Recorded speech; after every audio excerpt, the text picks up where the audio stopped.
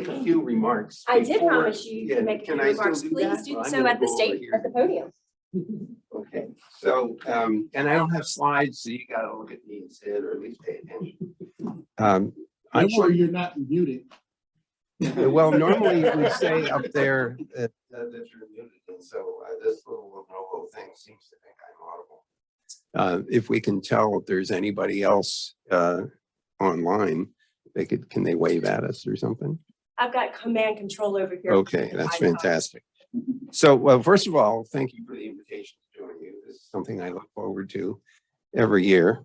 And I want to thank Lynn Wells, especially, of course, for his leadership in the Star Ties operation, and President Washington for a very kind introduction and welcome.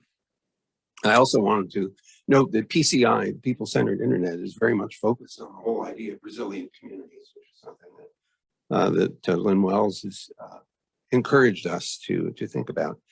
So I thought I would just spend a little bit of time before we get to questions, yours too, on sustainability.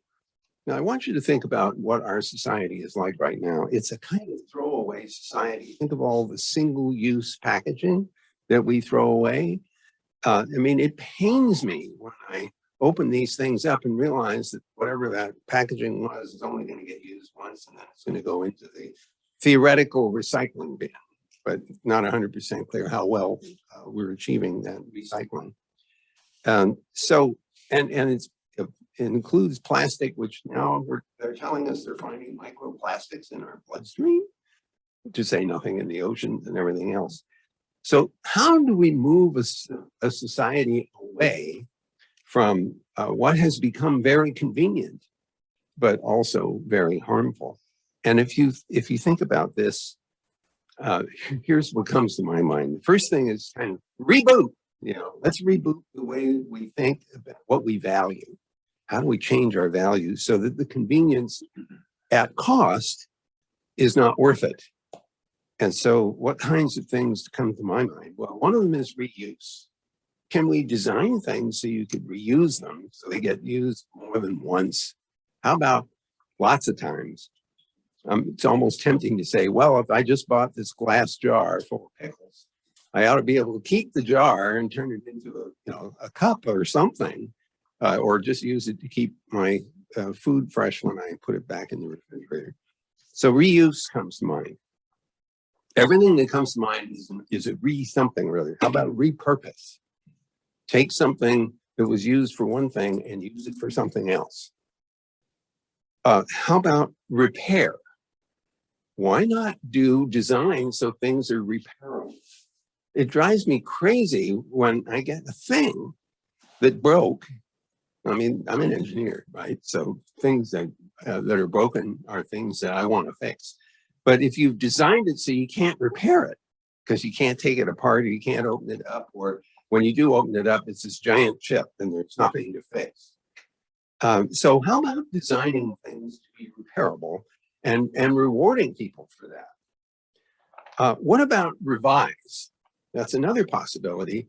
My wife and I drive Teslas because we're setting aside how did the electricity get generated. I accept that there are some arguments about whether the Tesla car is really contributing, because if the electrical power came from a dirty coal plant, it's not clear we're helping much.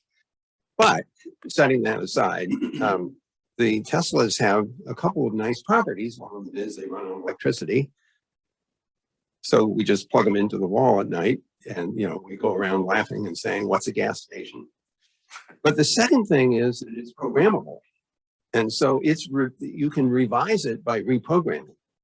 And so, you get in the car and it says, or at least puts up on the screen, guess what I can do today that I couldn't do yesterday? And my first reaction to this is, please tell me you can still do the stuff I was relying on yesterday in addition to the new thing that you're doing.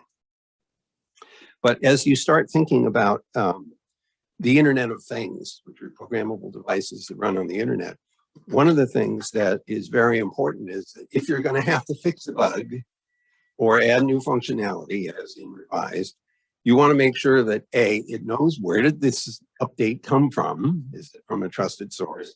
And second, did anybody change it on the way to the update to the receiving device. And we can use digital signatures and cryptography and things like that in order to achieve the objective. So already you can see paths towards revision, some of those that are dependent on software-based devices whose functionality can be augmented simply by writing more clever software. And finally, there's reserve. And here, I guess I'm thinking about resilience in the sense that you built extra instances of things so that if it breaks and it's not repairable, you still have available resources somewhere. It's just like having the strategic oil reserve, except maybe we should have strategic communications products and strategic power generation capability and other things that we stockpile deliberately. Now that leads to some other ideas that I think you would resonate with. One of them is standards. Why is that so important? Well, standards confer interoperability. And if you know anything about the internet, you know it's a layered architecture and that the interfaces between the layers have turned out to be pretty stable for the last 40 years or so.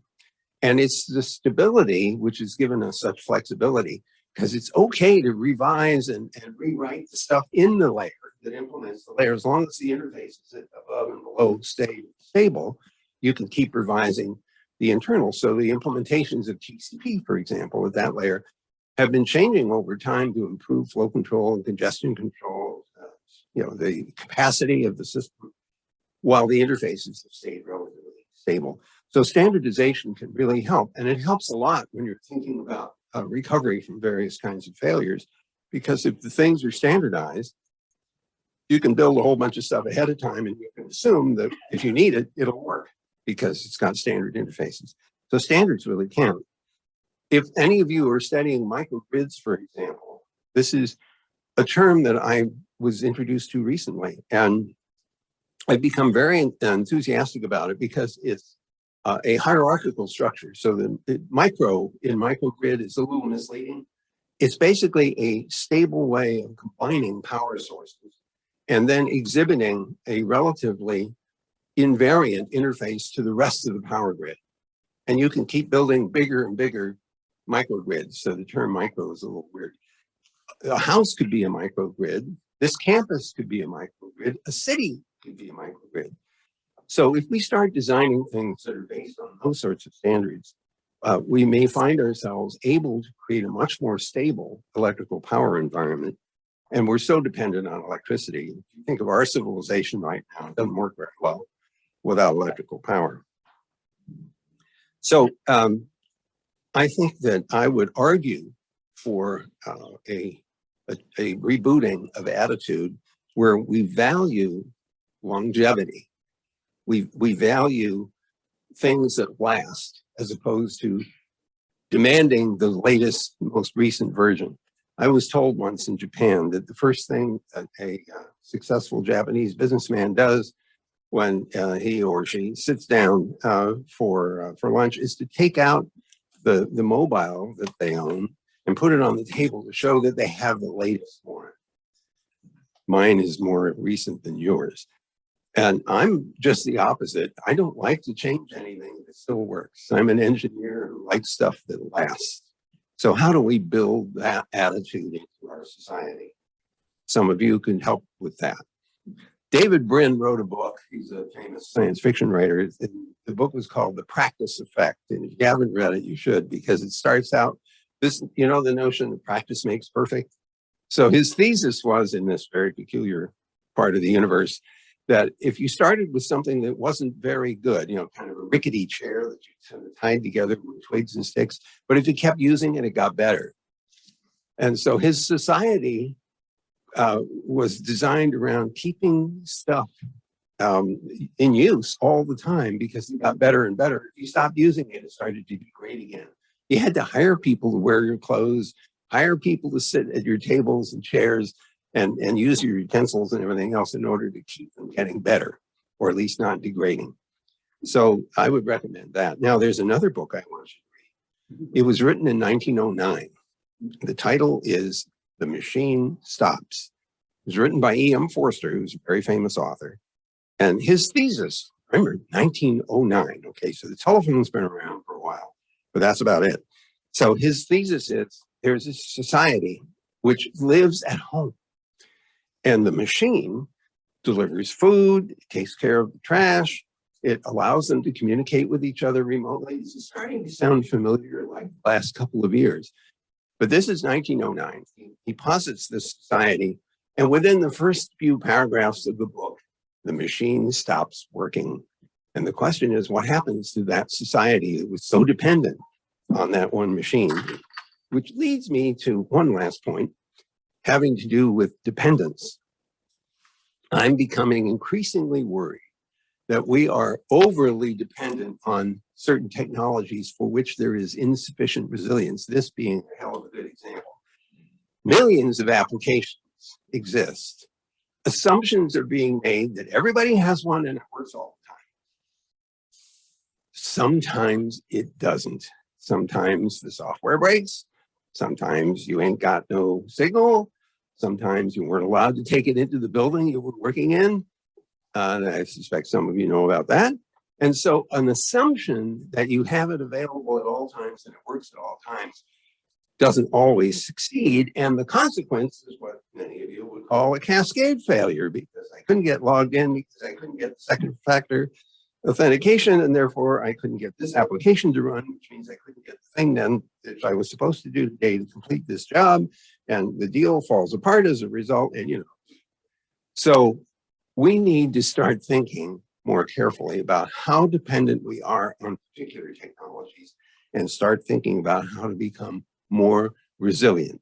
So everything that works on a mobile ought to work on any damn screen that you happen to have around the house, to work on the laptop, to work on the pad, to work on the Google Home device or the Alexa or whatever else you have, as opposed to being solely and totally dependent on having a functioning mobile. So that's my sermon, which is what the chief evangelist tends to do. And I will now be happy to answer questions. And I'm assuming I should stick this on because otherwise the people who are remote won't hear this. Now we get to find out if the batteries work. That's assuming I know how to turn it on. How many people does it take to turn on? This is it. And Oh, there the we go. battery's Yay, how about that? Looks good. Let's now test. Move away from this microphone. How's that working? Sounds like it works. Great, thank you. Right. Okay. So I opted not to be mic'd up because I think I'm Well, loud do you and proud. want to, we can hand the mic back and forth. We're good. We're good. Well, but what if this is being recorded? You think those mics are okay? Yes. You really don't want to hand it back and forth? No, sir. Okay. There's another one available if I'm not loud It's enough. up- But am it's I up to you. loud Well, enough at everybody least for the room? Okay, great. This is the former professor coming out. Okay. So, hi, everyone. I am Tonya Thornton. I'm a former faculty member here at George Mason University. I am a co-founder of the Center for Resilient Sustainable Communities. And about a year ago, I branched out on my own to open my own consulting firm. Cool. So I'm very honored to be able to ask you several questions today that we have been thinking about over the past month.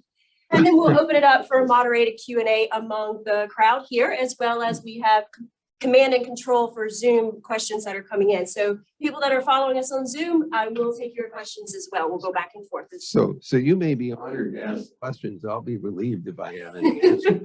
I'm going to steal that one from you. Okay. As many other things that you said earlier today when we were, just generally chatting. So you are known as one of the fathers of the internet, not the only one. Thank you. And the internet has transformed our lives in many ways throughout society, as you noted in your opening remarks. Some are good, some are bad, some are ugly. Can you start us out today by giving us some of your thoughts on this transformation? Because it's been pretty significant over the past several decades. Maybe some benefits that it's brought, maybe some of the challenges or negatives. Well, the first thing I would observe is that the internet is this powerful amplifying platform.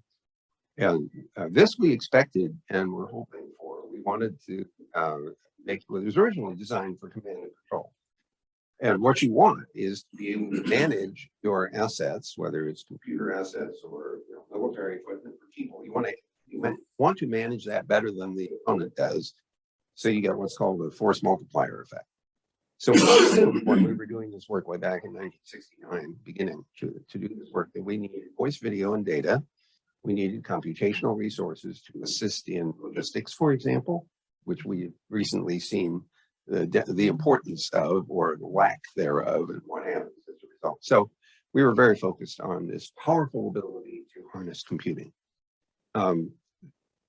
Then, of course, as the internet evolved, we get to the 1991 period when Tim Berners-Lee releases the World Wide Web. And to be honest, not too many people noticed until about 1993, when Mark Andreessen and Eric Bina at the National Center for Supercomputer Applications released the Mosaic browser on everybody. Everybody suddenly noticed, because the internet looks like a magazine with formatted imagery and text, eventually video and audio streaming and all this stuff. So everybody notices, and Netscape Communications gets started in 1994. It goes public in 1995. The stock goes through the roof. The dot boom is on. And then in April of 2000, the dot bust hits, because a whole bunch of companies who had CEOs who thought they were brilliant ran out of capital, and they didn't understand the difference between revenue and capital. Revenue is supposed to keep going, and capital typically is finite. So when they ran out of money, a lot of them died. But companies like Google, which got started in 1998, in the middle of all that, have survived and thrived, and others have as well. But that leads us now into the 2010s, or even a little before that, when social media started popping up. And we now see feedback loops that are happening because of the amplifying effect of social media. And I feel, I have mixed feelings about this, because I like the idea that voices that might not have been heard can be heard in this environment. The trouble is, some of those voices you don't want to listen to, or you would prefer were not to be heard, because they're misleading and disinformation, misinformation, and all this other stuff, and the bullying and all that. And then there's the malware, and there's denial of service attacks, and all these other things. And I'm not surprised, disappointed, yes, not surprised, because this is such a powerful, neutral platform. And of course, those of us who did this work in the early stages could see all of the useful stuff and couldn't imagine why anybody would want to do bad stuff. I mean, we were all engineers. All we wanted to do was to get it to work. And it didn't occur to any of us, certainly not to me, that somebody would want it not to work, or would want it to work in some inimical and harmful way. So it's very disappointing. On the other hand, I'm a Shakespeare fan. We still watch Shakespeare plays 400 years after he died. Why do we do that? It's because he speaks to the humanity of today as well as the humanity of 400 years ago. We haven't changed much, and I wish we had, but we haven't. So there's work to be done, and some of it we can do. Some of it could be done with technical means. So imagine if there is some bad thing you do, like a denial of service attack or launching malware, you might be able to implement a technical response to prevent the bad thing from happening. And if you can do that, that's it. It's generally a good thing. However, it doesn't always work. So the next thing you can try is to say, well, as a society, we consider the following things to be unacceptable behavior in our society. And if we catch you doing them, there will be consequences. A simple example of this is seatbelts in the cars. We made cars that didn't have any seatbelts for a long time, and we would show kids this is what happens, in a car if you don't drive carefully, and horrible stuff, and they would still drive badly and get defenestrated through the window and killed. So in their wisdom, the legislators said, let's force car makers to build cars with seatbelts. And we said to the car makers, you can't sell a car in this country without seatbelts. And then they turned around and they said, oh, and by the way, you drivers out there, if we catch you driving without your seatbelt on, there will be consequences. And you see this with smoking as well. So there are certain kinds of behaviors that our society says we don't want. We want to discourage, and we will use technical tools and other means of, shall we say, incentives in order to get you to behave in a safer way. And I believe there are such things as safe networking. You need to use the tools that are available. We need to make those tools easier to use. Two-factor authentication is still kind of clumsy. We can do better. So I believe that in the end, we can introduce incentives for better behavior. Then there's one more thing you can do. You can tell people, don't do that. It's wrong. And some people will say, well, that sounds wimpy. And my reaction to that is, well, let me remind you of something. Gravity is the weakest force in the universe. But if you get enough mass, it's amazing what it does. It keeps the planets in orbit. So in a society where everybody has come to an agreement that certain behaviors are unacceptable, then peer pressure can do a lot to moderate bad behavior. So those are my three remedies: technical, post hoc enforcement, and moral suasion are the three ways in which we can deal with some of this stuff. In 2015, you started a nonprofit organization that we've heard about called the People-Centered Internet. Would you tell us more about your organization's vision and why you think it's so important, especially today as we all try to disconnect from our phones? And I do agree with you. My phone is about 8 years old and the battery is starting to go out. And I'm really upset that I'm going to have to break down and buy the new shiny object. Yeah, I have to tell you, when you get older, your battery starts to get run out too. I can attest. It takes me a little longer to get over. Listen, the People-Centered Internet was really Mei Feng's idea. She's chairman of the board now. I used to be chairman, and Lynn Wells is on the board. And their focus of attention is derived partly from Douglas Engelbart's theory. Doug was a pioneer and a visionary in the 1950s and 1960s. He invented something called the online system, which is an editing capability that helped people organize their thoughts and share them with other people. He invented the notion of a hyperlink. Everybody knows him as the inventor of the mouse, which is true, because he had to point somewhere on the screen and say, I want to change this part of the screen, or I want to copy this and move it over here. He had to be able to point, and he invented a mouse to do that. But that's the tiniest of his contributions. The big contribution that Doug made was recognizing we could use computers for non-numerical purposes. And he was strongly supported by J.C.R. Multiplier, who was the first head of the Information Processing Techniques Office at ARPA. And so J.C.R. Multiplier, a psychologist, and Doug Engelbart, a visionary, meshed very powerfully, and Doug got lots of support.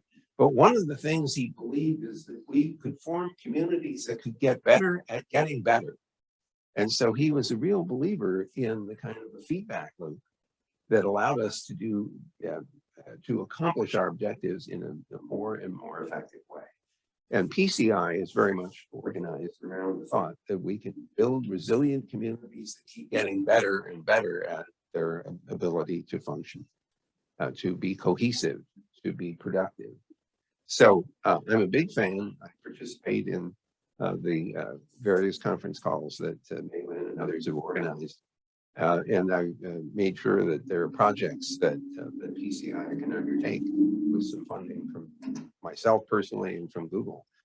For example, one project is to extend internet so it's accessible in Native American tribal areas, which are simply the least well-connected parts of the country because they're rural and it's expensive to pull fiber. And so we need to find other ways of solving that problem. Elon Musk has done a great thing with Starlink and others satellites. And, you know, if he's successful in getting all the satellites up there, it may be impossible to avoid access to the internet, which is great from my point of view. It solves the problem that the chief internet evangelist has, which is getting everybody up online if they want to be online. So, you know, here's to more satellites. And I hear the astronomers saying, wait a minute, you know, they're getting in the way of our optical telescopes. So I recognize that's an issue. But then that's what the James Webb Telescope is for. It's to get off the damn planet so we can go be, you know, look in infrared without interference. And of course, we're returning to the moon not too long from now, according to the current plans. The possibilities of putting telescopes on the far side is equally exciting because you'd be shielded from radiation. So I can hardly wait. I hope I'm around by the time we get to the far side again. Chinese have already gotten there. So not that you said this, but this is what I also heard, is that the flower is just as important as the stem. That's that sounds like another t-shirt, right? Yeah. Good t-shirt. Well, we have a lot of t-shirts we have to create on the Etsy page, for sure.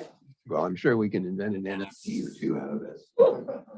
The Star Tides capabilities demo, as you know, is being held here in Fairfax at George Mason University. And this is a recent R1, I think as of 2016, President Washington. Yes. Right, we made it ahead of our, 2016. sir? Reaffirmed in 2016. That's right. We made it ahead of our actual, strategic plan, which is very impressive for a young university. So universities do research. What do you think are the most important research priorities for realizing a vision of an internet that works for all? Well, how many of you are in the computer science field? Show of hands. Several of you. Okay, here's your charge. Do you know why we have so much trouble with the malware and all the various attacks against the network? Well, it's your fault.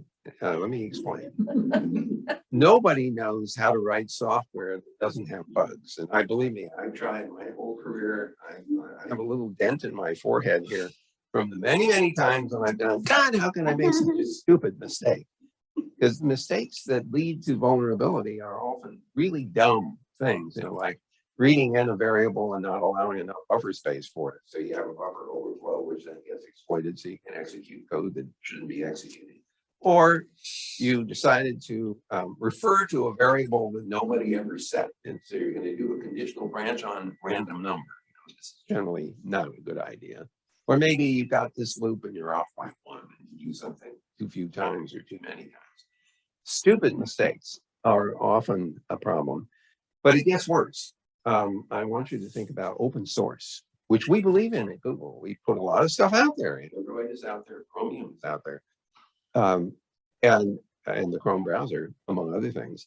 And so we really believe in open source. Here's the problem. Some people think that open source means all the bugs have been found because everybody can see the source code, right? And the problem is if everybody thinks that, nobody bothers to look. And so the open source libraries turn out to get used without much scrutiny. Can you spell log4j, for example? Some of these bugs have been around for 20 years.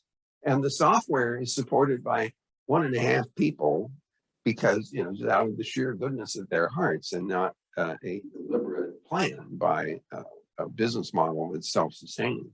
So here's the deal. It's not just that I think open source is wonderful. I just want us to start scrutinizing the open source libraries, running them through every damn test we can possibly find. And we should order that effort by the most popular of the software that's used. So let's tackle the stuff that we are most at risk by, which is the largest stuff in use. But that doesn't get to the reason that we have bugs. The reason we have bugs is we do make stupid mistakes. And the programming environments that we've developed don't warn us adequately that we're doing something stupid. So what I want is better programming environments that has some better understanding of what it is we're trying to do. I honestly don't have a formula for solving the problem. I wish I did. But that's what graduate students are for. You're supposed to go figure out a hard problem and solve it. Better for everybody. So we need better programming environments in order to warn us of problems. There's an example, TLA Plus, which is developed at Microsoft. And it is a mathematical formulation of what the program is trying to do. So it's fairly, let me use the word rigid. I don't mean that in a bad sense, but it's sort of disciplined description of what the program is supposed to do. And if you can demonstrate at the TLA plus representation level the program functions properly, then there's a good chance that the software that you write that follows that set of rules will also function properly. So that's the first thing I would say is that we need much better programming environments than we have today. We need to have a discipline of evaluating the software before we let it out. We need to make sure that nobody gets to sell products that run on software unless they promise to support this for the lifetime of that product.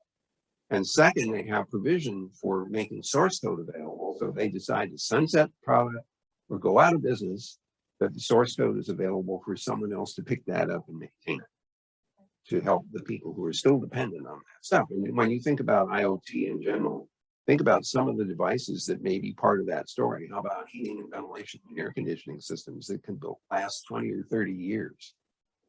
there isn't a whole lot of software that has lasted that long, with one exception. And that's the software that the Internal Revenue Service uses. And I remember having dinner with oh dear, who was the head of the Fed back around 1999. You would know the answer to that. Bernanke? No, before that, 1999. 99. This is the head of Greenspan. Greenspan. I was having dinner with Greenspan in Florida in late 1999, just as the Y2K thing was coming. Oh, good. Okay. And so we're talking about this, and he tells me, I used to make a living writing software. Said, no kidding. Yeah. And he wrote in one of the older, very prolix programming languages. And I said, well, how come you didn't put in 4 digits for the year? I left off, you dummy, and well, I mean, you got to show some respect, right? So he said, well, this was in the 1950s.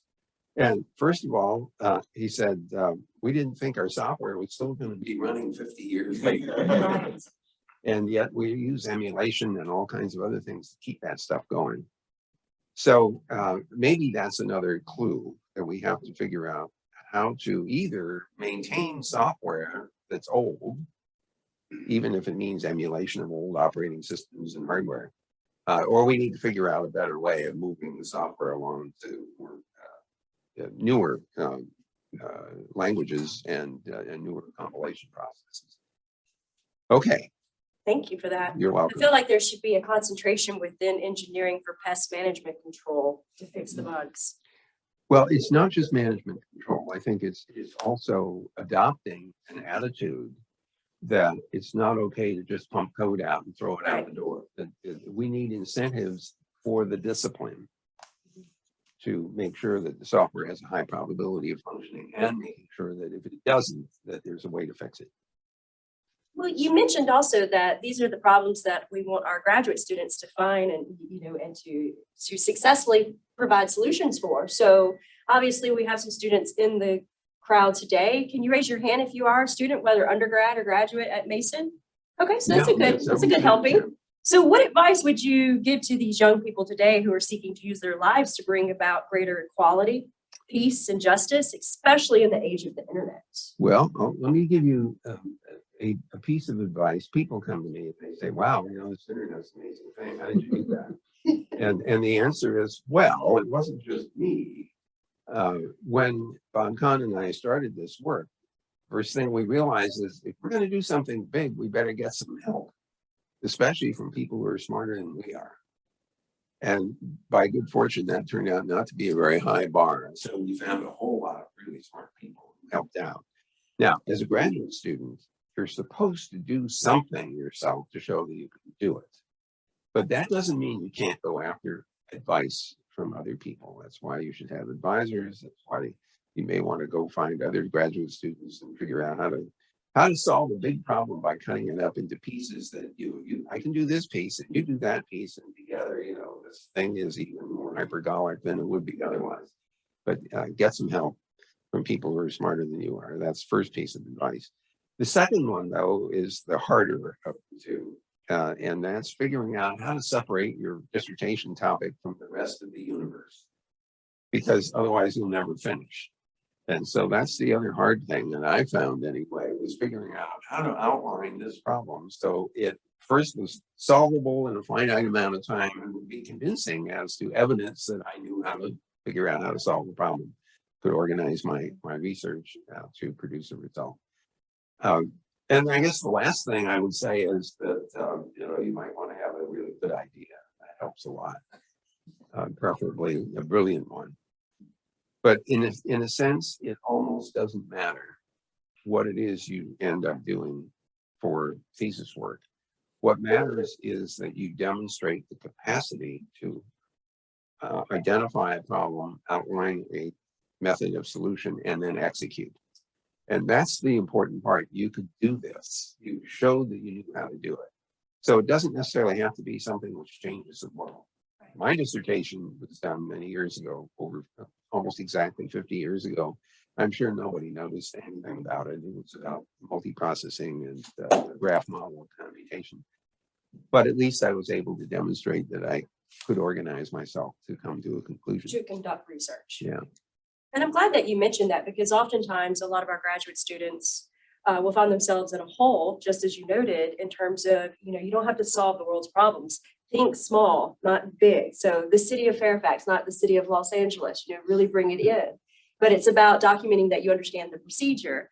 But also, it's just the first piece of your work. It's not going to be your life's work. Just get it done and then move on. Yes. Let it go and move on, And so, it takes a really strong leader such as yourself in order to kind of mentor students and shepherd them that way. Well, I had a particularly interesting incentive for finishing my dissertation. I fiddled around for a while. I'd taken a leave of absence from IBM, and they said, "Okay, better come back in 4 years." I said, sorry.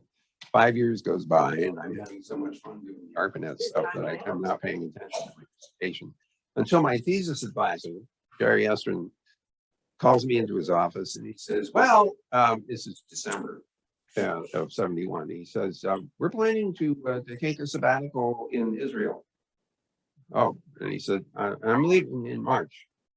Yes. He said, "If your thesis isn't done in March, you're going to have to wait a year because I'm not going to pay any attention to you while I'm in Israel." Oh, okay. So I went home, sat down on the sofa, and I wrote my dissertation in 10 days. My wife fed me every once in a while, and I made it before he left to go to Israel. So that was a very important incentive. That Yes. helps. Well, I appreciate you answering the questions that I had for you today. I know that we probably have some burning questions in the audience. So again, I'm going to pivot between the people in the physical world versus the people in the virtual world. So we will start with the physical. Any questions that many of you may have? Yes, sir. If you would please state your name, your organization, and then obviously your Can question. we have your blood type too? That's a different entrepreneur. Richard Lee Scalea with Wriggle Spectrum. Can everybody hear this, or would you like to? Is it okay? No, I don't. No? Look, I have an idea. Sure. We can make them come up to the podium if you really want to put them in the hot seat. Richard Lee Scalea, Wriggle Spectrum. Okay. Richard Lee Scalea. Oh, that's, yeah. But And now, Wriggle what's the Spectrum. question? Oh, the question is the time frame of your involvement with the internet versus I worked with the ARPANET Okay, in 79 through 84 at a research center. right. So I'm just trying to put things in sequence. Sure. So the ARPANET project began in 1968 when a request for quotation was issued by DARPA for the construction of a packet switching network, which, as you will remember, was considered heretical at the time because, of course, when you did communications, you did it with circuit switching. So this packet switching idea was considered pretty silly. Bolt, Beranek, and Newman won the bid, built the network, and delivered the first node to UCLA in September 1st, roughly, 1969. I was there as a graduate student with some of my colleagues, Steve Crocker and John Postel and others. The second node went in October, and on October 29th, 1969, the first exchange happened between SRI International and UCLA. That was not the internet, that was the ARPANET. It was a single network, it was a uniform network. All the packet switches were called interface message processors, ARIMs. And so that project continued until 1990 when the ARPANET was shut down.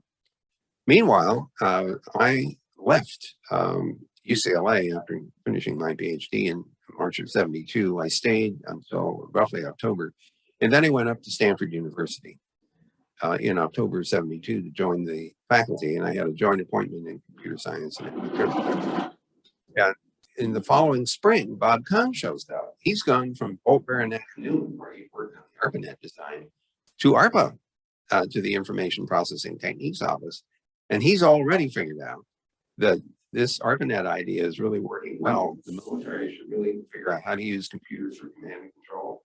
And then he realizes the implications of that are that the computers are going to be in ships at sea, mobile vehicles, and aircraft. And all we had done is connect computers on dedicated telephone circuits in air-conditioned rooms. So he already started working on a mobile packet radio design using spread spectrum technology, which at the time was very advanced, and a packet satellite system, which for all practical purposes, is like having multiple ground stations with an Ethernet in the sky. So he shows up in my office and he says, we have a problem. And I look at him and I say, what do you mean we? And he says, well, we got this ARPANET thing, but now we got to figure out how to take these other packet switch networks and get them hooked together to look uniform. And oh, by the way, around the corner down the street, Xerox PARC has just invented the Ethernet in May of 1973. Bob Metcalf and David Boggs have just implemented the first Ethernet stuff in May of that year. So we have 4 packet switching technologies that needed to be integrated into the internet. And it took us about 6 months to figure out how to do that. We reported our design at a meeting at the University College London in September of 1973. And then we published a paper in IEEE Transactions in May of 1974 describing how the internet would work or could work. And I started working on the detailed design of TCP in January of 1974 with a team of programmers or graduate students at Stanford. And we started implementation in January of 1975 with Paul Baranek and University College London. So this thing was international the effort was international from the very beginning. So that's the rough time frame. And I left out about 50 years of other stuff. Okay, other questions? We'll take one from online if there is any, Aaron. There's no questions online, but since I have a microphone. But you got your microphones. You Yeah, guys getting I'll get you. And not sure I'm going to give this one up, but I do want to ask a question, and maybe this will go into tomorrow morning. I'll be moderating the conversation with Matthew Morin here on cybersecurity, cyber resilience. But the question I'm going to be asking tomorrow morning, I'd ask you now in the sense of the role of cybersecurity in interconnectedness and standardization. Where do you see the progression has been over your career, and where do you see are some of your concerns as these issues are becoming more prevalent, not just in government, but also in individual private sector as well? So there's a lot going on, as you point out, lots of harmful behaviors happening, some of which could be prevented by adequate use of cryptography, stealing of people's accounts, breaking in and getting access to their passwords or other information. Privacy gets invaded in a variety of different ways. So we know that cryptography is our friend here. We also know that there are always going to be people who try to break the cryptography, and so we have to be prepared to change cryptographic algorithms over time. The most prevalent and immediate concern, of course, is quantum computing, which can break the RSA algorithms or other algorithms that depend on the difficulty of finding the two components of a pair of very large primes multiplied together. How do you factor that? The difficulty of factorization is what gives the RSA algorithms and similar ones their power, but the quantum computing algorithms running Shor's algorithm might break that in a very short amount of time by comparison to ordinary computing. So nobody has a quantum computer that can run Shor's algorithm in a useful way right now, but that doesn't mean that there won't be one eventually. So the National Institutes of Standards and Technology have already invited post-quantum algorithms to be presented to NIST for evaluation, and they got 36 proposals. They got that down to about 9, and recently they have managed to narrow it down to 3. So soon, possibly this year, certainly not later than next year, there will be post-quantum algorithms available that run efficiently and will not be threatened by Shor's algorithm. So cryptographic algorithms are one thing. Better designed systems that can change the cryptographic algorithm. It's really important to be able to go through that kind of evolution as opposed to collapsing because the old algorithm doesn't work anymore. Keep in mind, by the way, that the reason you use cryptography, powerful cryptography, is that sometimes information needs to be protected for a long time, like 20 or 30 years. And during that 20 or 30-year period, technology will have changed and made the algorithm less and less secure. So you really have to think far ahead. So that's one thing. Second thing about crypto is that, especially public key crypto, is that it is wonderful for key distribution of symmetric keys in a way that you couldn't do before. Second, you use it for strong authentication because you can use hash codes that you can digitally sign. You can verify that a chunk of information hasn't been altered as long as the crypto hash remains the same. And so we use it for authentication and integrity, and we use it at various layers in the architecture. So you should not think that cryptography only goes in one place in the architecture and all problems are solved. We use it in links, point-to-point links. We use it at the IP layer. We use it at the transport layer. We use it at higher layers in application or validation of the origin of the content or for provenance of the data. So crypto is super important here, and I'm a big fan of making use of it. Some people will say, well, what about the bad guys? Don't they use crypto in order to hide all their bad stuff? And the answer is, yeah, they do. And so some people will say, well, that's awful. We should go backdoors into cryptographic algorithms so we can see what the bad guys are doing. And my reaction to this is, well, wait a minute. As soon as you build a backdoor in, if you think it's secret, it won't be for very long. Somebody will figure it out, or somebody will leak. And the leaks are not necessarily accidental. There's this thing called bribery. I'm sure none of you have ever, prey to that, but there are some people who do. And so for $50,000, whatever that backdoor secrecy was supposed to be will go away, and then nobody is safe at that point. So that's not the solution to the problem. One of the solutions, of course, is to develop practices that allow law enforcement access to data before it gets encrypted. And there are all kinds of ways to achieve that objective, including infiltration. And oh, by the way, I can't resist reminding you of something. You remember the Colonial Pipeline situation? That was a ransomware thing. And I am reasonably convinced that the guys that launched the ransomware attack did not anticipate the cascade failure which followed. And all they wanted was their money. And so, of course, what happens is that the Colonial Pipeline can't run because it can't get the data it needs to operate, so it stops running. So gas goes away, and now we have this cascade failure on the eastern seaboard. And then these ransomware guys, setting aside the surprise that they presumably had, got their money, and they got it out of a blockchain system, which is really cool, right? Nobody knows what's going on the blockchain. I got news for you. Blockchain exposes everything.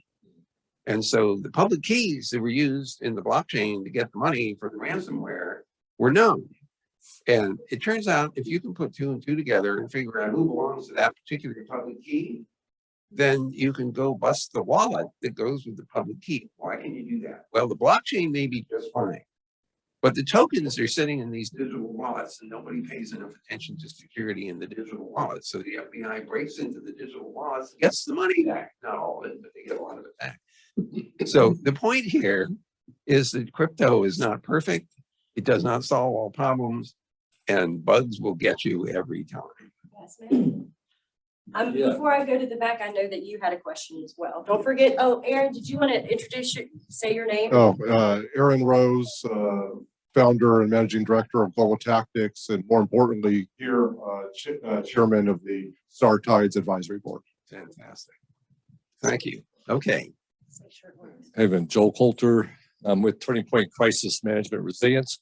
So years ago, Allied Signal and spun off reliability, another one of those R words, Reliability Center. And they created a thing called PROACT that went on oil, gas, chemical, and nuclear dashboards around the world. And, I think that when I talk about, instead of saying the Internet of Things, I talk about the intranet of things. Because I think if we take the mindset of critical infrastructure in communities, we need to look at what would be proactive crisis resilience. We know 90% of the time around the world, we know we remove equipment. We can't have failure in nuclear power equipment. We have variables and dashboards. So the question, how would you see us evolving to more like the intranet of things for community resilience? Well, first of all, there's nothing that says that the Internet of Things has to be on the public internet. I mean, networking is your friend in all kinds of circumstances, including closed networks. You know, think about a manufacturing plant. There's no reason why the outside world should have access to all of the devices that are in the manufacturing plant. Although it might be amusing to take over the Tesla, construction operation because he's got all those robots going, building cars. Wouldn't it be fun if they, messed it all up? So the first response I have is that we don't have to put things on the public internet. We can use the technology, but build closed networks around it. And that's your intranet idea, and I'm a big fan of that. Second, edge computing is turning out to be an interesting tool. It's funny how this cycle goes. We start out with big, honking big time-sharing machines. And this is in the 1960s. And if you read books from that period, you could see industrial computing. They show this giant building with smoke coming out the stack, and that's where the big computer is. And time sharing is going to be to save the world.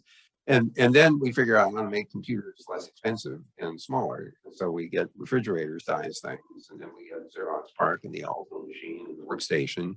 Then we get desktops, and we get laptops, and we get pads, and we got the thing we carry in our pocket. We get smartphones. And what happens? We turn around, we look at all that stuff, and we say, wow, this is really great cheap computing. Let's put billions of them in a big building somewhere, and we'll call it a data center. And then you remember when the departmental size machines escaped from the authoritarian control of the data center in the university, and the department level guys are saying, hey, we got our own computing. Well, we're coming back around to edge computing, where something is between the IoT stuff and in the manufacturing plant and the rest of the cloud world. And so it just keeps happening over and over again. We keep cycling these ideas, or recycling them. Just come back to my earlier comments about everything. So the answer is that the edge computing will probably again be a place where we build in some safety and defense in case we have a bunch of small devices that can't defend themselves, like the light bulbs and so on. So that's where I go with that. Just a second. I know that there was one back here. So I've got you, then I've got Matt, and then I have you. Is there anyone online? No. Still, okay. I'll move around the way I saw it, to be fair. Got about 10 to 15 minutes. So let's see how this works. Hi, Mike Tran from DoD's Office of Research and Engineering. My question for you is, as the father of the internet, what is your advice for the children, I guess, especially when it comes to AI and poison AI? How can we help, fight against our adversaries regarding poisoning? So the short question is, and the summary is, what do we do? How do we use AI in order to make this work better? Is that roughly? Well, the question is, like, we're relying a lot on AI, and so my concern is our adversaries are poisoning that data. How do we protect against that, or what's your advice? Actually, so this is there are a whole bunch of aspects to that problem. The first one, of course, is that artificial machine learning. Let's be careful about our terminology here. Machine learning is what we're doing most of right now, and machine learning of the type that we know how to do involves the ingestion of huge amounts of data. This is a statistical game. This is really just statistics writ large. We're trying to look for patterns in the data, and then we train the machine learning multi-layer network to uncover and capture the statistics of the environment that we're interested in. That's why the poisoning that you mentioned is so serious, because if the data is bad, then the model that comes out of the machine learning algorithm is going to model the bad data, and then it will make bad decisions. Here's what's really awful about the problem. You may not know it's a bad decision because it doesn't come out and say, hi, I'm a bad decision that came out of the machine learning algorithm. It's just a decision came out of the machine learning algorithm. So one of the big problems we have is figuring out whether the data is good or not. That suggests that we need provenance. Where did the data come from? What else do we know? What about metadata associated with the data that we drive the machine learning algorithms with?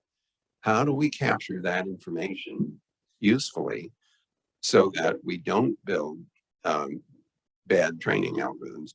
Now, there's another problem which is related to good data, but which is incomplete. It's the bias problem.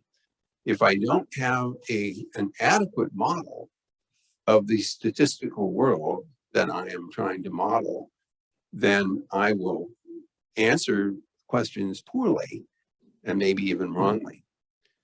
Now, here's another example. All of you, I'm sure, have heard about the games that the machine learning people play with what are called generative adversarial networks. It's a very clever idea. You build this model, and then you build another one which tries to fool the first one. So the first model is supposed to identify things, let's say images. And the second one tries to figure out how to change a little bit, a few pixels of an image to cause the first network to make a mistake. And so the first time I saw this, my jaw dropped because I was looking at a machine learning model had been trained to recognize animal pictures and pictures of other things. And so we showed it a cat. Of course, that's what you do when you're dealing with internet, right? So we showed it a cat and said it's cat. Then the generative adversarial network changes 3 or 4 pixels in this image. Now, we look at the changed image and we say it's a cat. The machine learning algorithm looks at that image and says it's a fire truck. We look at each other and we say, how did it come to that conclusion? And for most people, this is very peculiar, but it illustrates the problem that you're describing. And here's why that happens. These machine learning systems are multi-dimensional. Some of them have millions of dimensions. You can't visualize that. It's just impossible. But I bet you can visualize 3. Remember the X, Y, and Z coordinates in algebra? And when you pick a point in 3 space and they tell you, you know what, you could represent that with a little arrow. It's a thing called a vector. And what do we know about vectors? We know that vectors have numbers on them. There's a number for X, a number for Y, and a number for Z.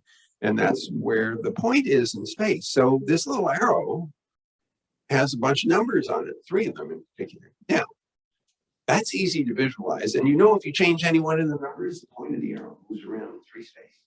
Okay, so now we got a 1,000,000 dimension space. All that is an arrow with 1,000,000 numbers on it. And when you change a couple of pixels in the image of the cat, you're moving the arrow around in space. And when you train the machine learning algorithm, what was happening is you were separating the images in this 1,000,000 dimension space by hyperplanes in hyperspace. And if you noodle around and change a few numbers of a vector that represents an image, it might move it past the hyperplane that separates the cats from the fire trucks. And so I'm sure that I'm oversimplifying here, but it's an easily captured understanding of how that can happen. So the big deal here, from your point of view, is to figure out how to deliver to these machine learning systems good quality information, which is representative of the probabilistic space that we're trying to model.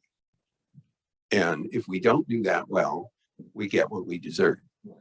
But the problem here is other people suffer from that too. So we have to pay attention to that. Okay, next We have question. less than 10 minutes. I've got 2 people who'd like questions, so brevity counts.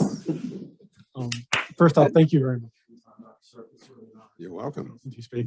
And also appreciate you answering the question that Aaron was going to ask me tomorrow, because now I know the answer. Fair enough. And but thinking of the topic of this conference and this time is resiliency. And you think about what we're dealing with, complex systems of systems. 2 other words pop into my mind, and that is efficiency. Yes. Right? And whether we think about that in terms of capacity to do something or cost to do something, right? And then redundancy. And I think that actually matched with one of your words earlier. But how should we be thinking as solution architects? When to deploy redundancy to solve sort of the resiliency at maybe a cost of efficiency? So several things. First of all, thanks for the question. Several things come to my mind. The first one is that redundancy can be used two different ways. One of them is to build multiple systems so that they all work together and you get 2 out of 3 or whatever sort of typical failure resistance by building in additional redundancy into the operating architecture. That's one thing you can do. The second thing that you could do is to say, I am actually not going to do that, but I am going to keep reserve equipment around so if something breaks, I can replace it easily and quickly, which means putting equipment scattered around and where it's likely to be needed and where it's likely to be preserved after an incident occurs, whether it's a natural disaster or man-made problem. So redundancy can be our friend in several different ways. The other thing which I think should inform our thinking is simplicity. Sometimes simplicity is your friend because simple things don't fail as easily as complex things do. So reducing complexity can be one of the responses you have to resilience. And that comes in a number of different forms. One of them is building standard interfaces and having limits to the kinds of information that has to flow back and forth among the various parts. Internet is probably one of the most complex environments ever invented.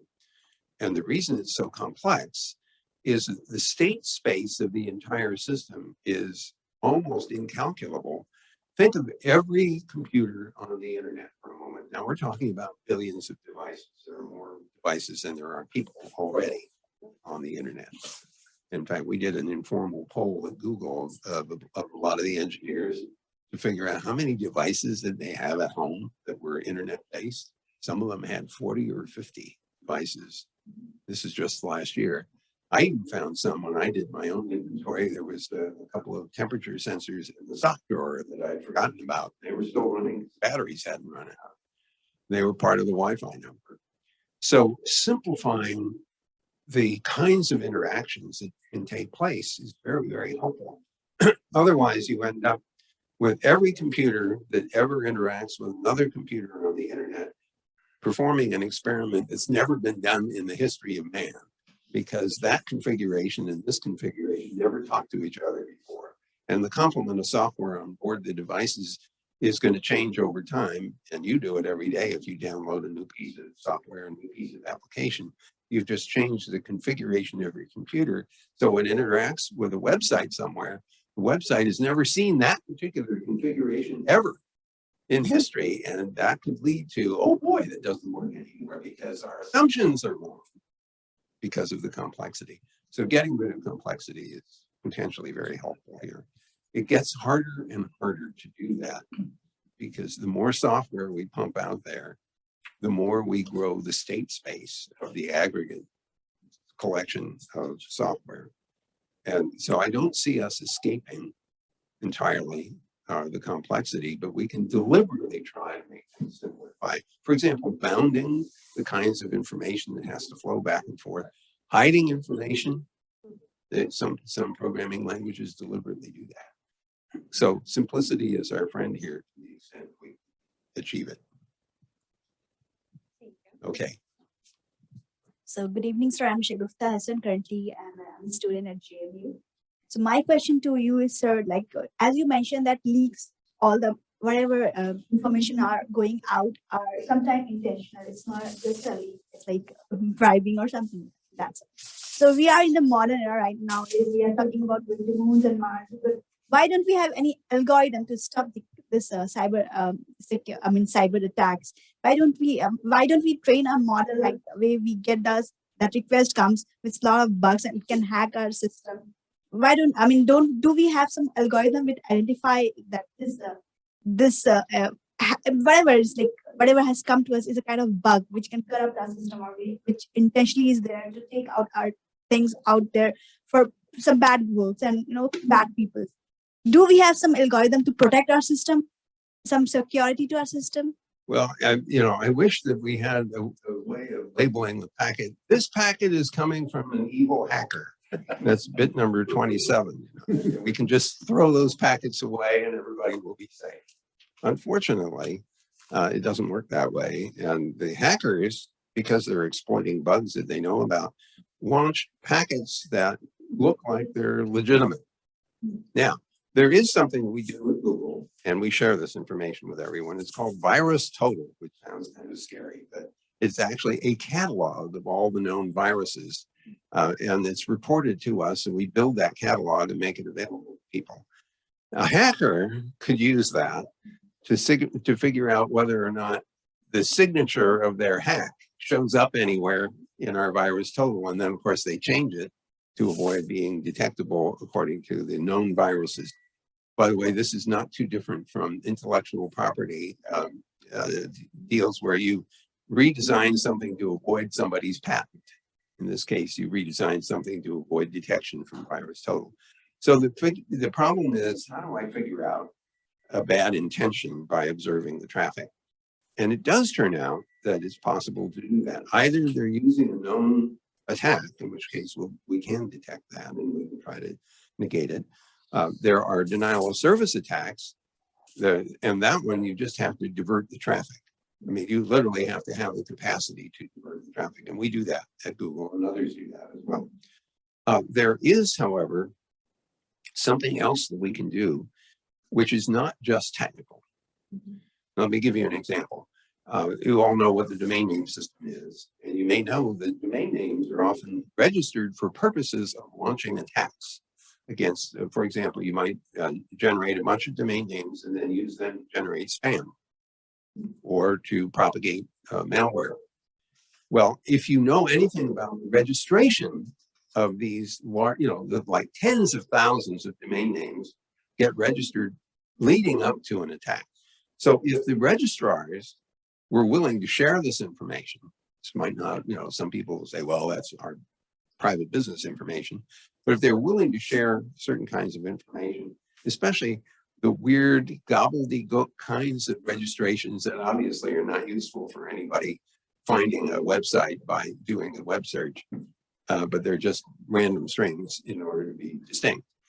If we have, I won't say Google has done this, others have done this evaluation by observing the registrations and then raising red flags saying that we can see that something has happened and that we should be ready for an attack. If the domain name registrars could decide not to register that. Now, some of you remember the Configure worm. It turned out after figuring out how it worked, part of it was generating domain names that were going to be used in the future. So they figured out which domain names were going to be generated, and they went to all the registrars and said, don't register any of these. And so we thwarted some of the attacks by using this additional knowledge. It wasn't so much looking at technical information, it was looking at the surrounding state of affairs. So those are techniques that we can use as well to essentially inhibit some success for these attacks. But they won't all go away. I mean, this is missile, anti-missile kind of thing. Okay, I think we are probably running out of time. We are at time. Would everyone join me in thanking Dr.